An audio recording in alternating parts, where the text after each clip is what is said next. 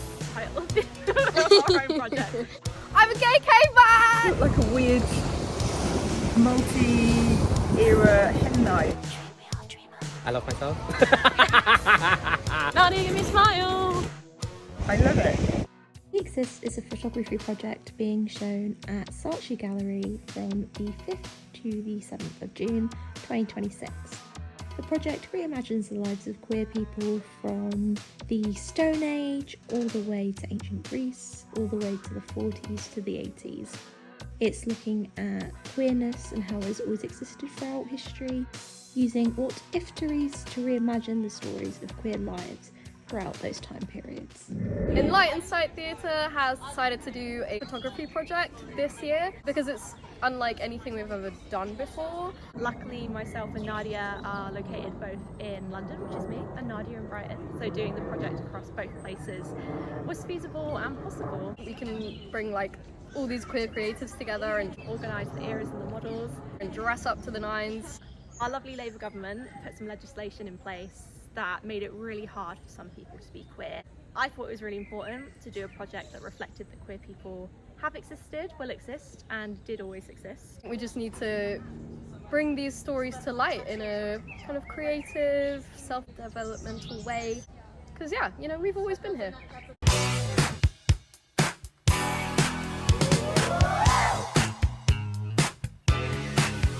Queer people have always existed through the ages. We've always been here. There must have been same-sex couples and queer identities floating about. I firmly believe that queer people existed in these times. I think it's important to be part of a project like this because I think it shows the range of queer people across time, as well as how they've evolved and how different they've looked over different eras and time periods, and how, you know, in a lot of time periods they weren't really out in the public eye and how they maybe would have been represented otherwise. It's just important to be out there as a queer person. I think it helps other people celebrate their identities, and it shows younger people that it's okay to be queer. I think that it's really good to do these sorts of things to help educate and just show the importance of just letting people be who they want to be and love who they want to love. It has been a fight for rights, and you know, every different era had a different fight. With the kind of political climate at the moment, it can be quite difficult to be like openly queer, especially in this way. I feel like there's been a lot of rumblings recently about like, oh, back in my day, you know, that these people weren't here, and back in my day and all this stuff. And actually, no, that's totally untrue. It's just people didn't feel safe enough to come out. So I feel like just representing the hidden stories that we didn't get to hear about back then is really important. 2 years before I was born, it wasn't illegal to be a gay man. So it puts it in perspective for me that it feels like yesterday. I'm queer, and I felt like growing up, even in the thousands or 90s, I didn't really have much representation. In my like boy life, I don't really face any kind of like stigma, hate crime, etc., etc. But as soon as I get into this, it's given hate crime city. But I think it's important to showcase that regardless of all of that, we're still out, we're still proud, we're in the public, and we don't care. A really important thing for this exhibition for us was to highlight sapphic stories. Recently in the media there's been really positive boy love, you know, we've had heated rivalry, to really date this documentary. But then on the flip side you have things like Bridgerton, and when the sapphic story of that came out there's been so much negative backlash. And it's becoming a bit of a recurring theme that sapphic representation isn't as encouraged or supported. So we felt that doing this exhibition and having a sapphic focus was really important. I chose to do medieval era because I'm such a fantasy nerd that I absolutely love the era. Originally I wasn't going to do an era just because doing like project management and modelling at the same time is stressful.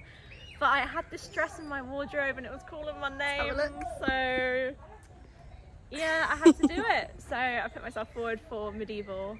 I chose the era of the 60s because I think it's really fun. I mean, the beginning of the 60s to the end of the 60s changed quite a lot, but I like all the patterns and the floral, and I think it's just when things start to become a bit more vibrant, and I really enjoy that. My mum was in her teens in the 40s and probably had the best time of her life. So I've always had a lot of photographs of her wearing this era, so it's kind of a tribute to my mum. Today I'm a caveman from the Stone Age, and I think it's a good choice because it was all the way back when there was no writing or language, so it's just nice to give a voice to some caveman out there who was gay and couldn't tell anybody. I think 20s fashion is really cool. It was an era when people were starting to be more experimental, like sort of they say like dresses, the length of dresses was starting to go up, for instance, like people were showing their ankles, but also that like symbolizes like, yeah, an arrival of a new kind of, a new and fresh thing, and I think that new and fresh is always what queer has been in society. I think queer people in the 80s were just going through so much awful stuff, and it's just so nice to kind of connect to them in this way as well. Obviously, you see a lot of people do takes on 20s drag. However, if you actually look back at the history, it's hardly documented, and so it's nice for me to be able to kind of put another little stamp on the 1920s. Me and Nadia, we had to do one together. So we're both doing the Victorian era tomorrow in Brighton. I love everything about Victorian romance, and I guess we always see that portrayed in media in like a heterosexual romance situation. Cis people get way more representation than like trans people or even non-binary people. I feel like gender fluidity needs more representation. It feels very affirming to do different eras like medieval and things like that, because it makes me feel that actually these people did exist, especially like during Shakespeare times. There's a lot of, you know, and they were roommates, for both letters from male and female writers. So yeah, I think it's really nice that we get to show that they weren't roommates, they were lovers. When we were planning the project, we knew straight away that we wanted to do the photography project across 2 locations. We chose this Because Brighton's the queer capital of England. and because London, quite queer-centric, if you will. the locations that we chose in these areas were the iconic Brighton Beach and Pier, as they were landmarks of the area, and the Hill Garden and Perugla in Hampstead Heath, because of its fantasy setting that we felt was perfect for what we wanted to do. My experience of being queer in the present is Complicated. Quite an odd one. complicated. It's had its challenges. I think it's like that for quite a lot of people. As a boy, when I'm giving my boy life, I can kind of go about my everyday life fine. As soon as I am in drag, it becomes something completely different. It's a completely different kettle of fish. I get catcalled quite a lot by straight men. There is always an air of like, you're catcalling me as a joke, and actually little do they realise that I am the most beautiful person that they've ever seen in their life, and they're just trying to hide that. I was born in '92 and I went to an all-girls school for secondary school, and there was a lot of homophobia and like, you know, you didn't want to even be called as like in jest as a lesbian, and there was just, you know, all this like rumours of people being lesbians and disgusting and things, and that subsequently led me, I didn't come out until I was 27, so you know, well into me feeling like safe. It took me a long time to come out with it, and then yeah, so I think compared to when I was in secondary school, and then even when I came out, I think that what was that, was I'm 33 now, 6 years ago, I was so scared. And being queer for me now, I think just in comparison, I just feel so comfortable. I have a wonderful partner that I've been with for 2 years. We're like planning our lives together, and it's just a situation that I never felt. I always dreamt that I could be in, and now I'm like comfortable. And I know there's lots of things going around which it means it's not perfect, but honestly I feel like I've never been more comfortable and never felt safer. In the modern day, there's a lot of things that hold us back, but also just knowing who you are and surrounding yourself with people that accept who you are and get to know you better, and just knowing that, you know, we're all just people. I think we're becoming a society that's more accepted in, and it's feeling like it's getting better, but very, very slowly. We still have a lot of battles to go through, but I think, yeah, all in all, it's getting better. I think the biggest kind of issue for me has always been like people not wanting to talk about it or address it. I think like the silence is quite loud, so that can be a problem. Feeling like people haven't expressly said that they don't like you being queer, but they haven't said anything at all, so it's kind of like inferred. But for the most part, I've got a lot of queer friends, and I think as we move into the future, hopefully it will just get easier and easier for queer people to to exist. I grew up in Brighton, so I'm privileged to say that I lived in a bubble, and you can see it everywhere you go. You know, people are not afraid to be themselves. For the most part, it's very safe and open for queer people. I've always been surrounded by gay friends and artists and family. I think right now, especially in Brighton, it's definitely become more positive. You still have the odd occasion of someone saying things, but it's definitely a lot less than it used to be, so I'm very happy with being queer and present at the moment. There are lots more ways to be queer these days. If I look back to sort of the early 90s, you had to be butch or femme, but it was about visibility. And now you can be a spectrum of gayness. There are so many new names that weren't around before. I did get queer bash and left for dead about 12 years ago in the centre of Brighton, and because it takes a long time to heal, and when I was coming out to the pubs and whatever, people would say, oh, when it happened to me, like this unsaid thing that everybody's been queer bashing and nobody ever talks about it. It's such a shame. We should be talking about it, we should be dealing with it.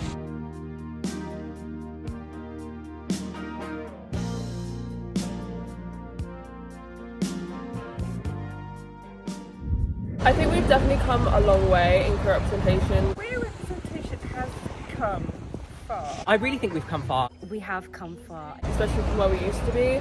I think there's a lot more visibility in the mainstream media, which really helps. I think there's so many more opportunities now than there were even 10, 20 years ago. There's less stereotyping than there was like a few decades ago.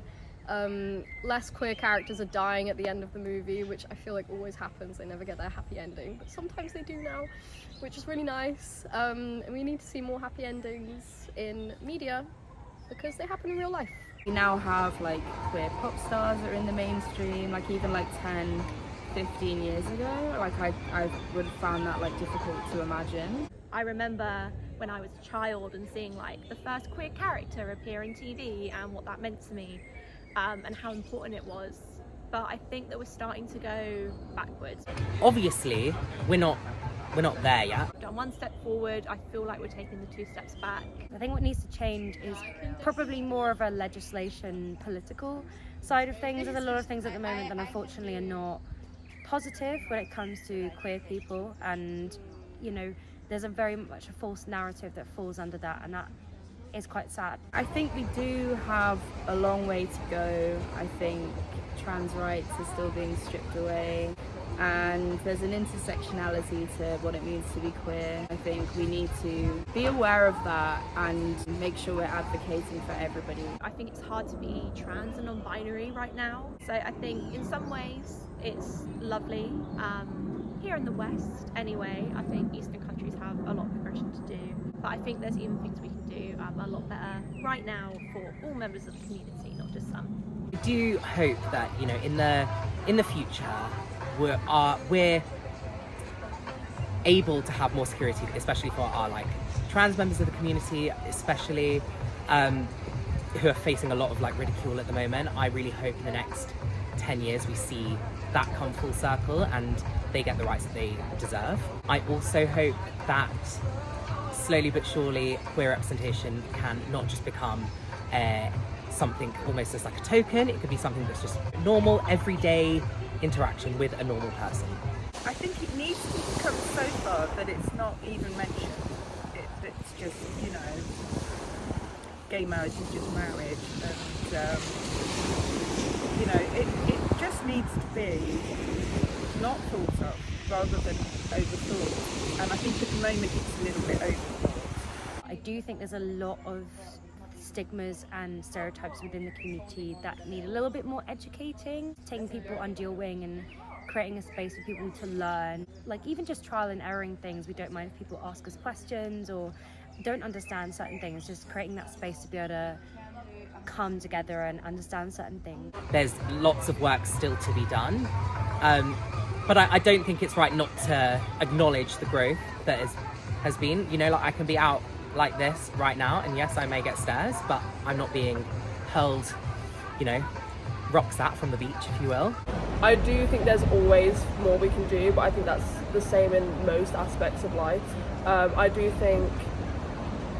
think there needs to be more opportunities in general, but I do think we've come a long way from where we used to be. I sat down next to a man asking us about our projects and stuff, so it's really nice to see like a whole other type of person being interested in our stuff. Having even like the models themselves being from like all different ages, like Maddie from the 60s, she was saying how she was at like a 21st birthday last night. I myself 33. There were people who were like representing the 40s decade, who were like a bit older, and I was really hoping that it wouldn't just be like models who were just like, I don't know, young and full of life. People who have the withered disappointment of life put upon them were represented too. So that's good. I love queer history. I love history in general, but I think it's really cool to celebrate the fact that, we've always been here. And I think there's like a level of erasure that's happened obviously over time. So it's really cool to celebrate what queer people of the past might have looked like. I think it's really important to showcase queer visibility across multiple eras, multiple decades. I love being part of We Exist. I have enjoyed being part of We Exist. Being part of this project was great fun. I've loved creating the We Exist project. Oh, it's been great. I have enjoyed being part of it. I have loved being a part of We Exist.